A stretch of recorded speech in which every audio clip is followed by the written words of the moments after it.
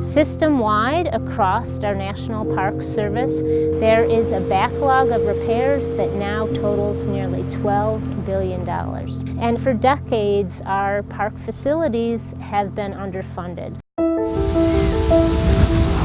Yellowstone provides housing to about 2/3 of its workforce. We have about 70 single-wide mobile homes that we use for seasonal housing. You have flat roofs that sustain a snow load that cause leaking. The flooring is coming up. The walls is not what I would consider code construction. It's timely to recognize that places like Yellowstone are in need of a boost in funding and attention. Great Smoky Mountains National Park is within a day's drive for half of the U.S. population.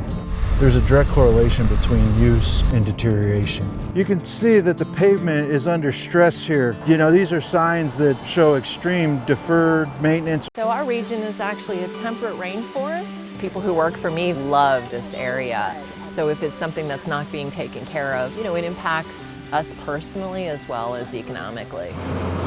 The Smokies are a billion-dollar industry, and Gatlinburg Pigeon Forge certainly wouldn't exist if there was not this national park. And so if you're not taking care of this, you're basically choking out all of these gateway communities. This is the first call for the 9:45 tour. We are in Mammoth Cave. This is actually the longest cave in the world. It's over 412 miles of explored passageway. About 15 years ago, our scientists were noticing high levels of E. coli. Obviously, you don't want high levels of E. coli in this section of the cave where you bring in visitors. The sewer had plugged up, and the water found a way out of the sewer and got in here in the cave.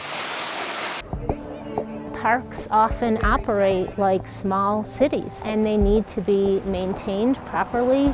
You know, as Congress is talking about a national infrastructure package, they certainly need to incorporate provisions that include the National Park Service.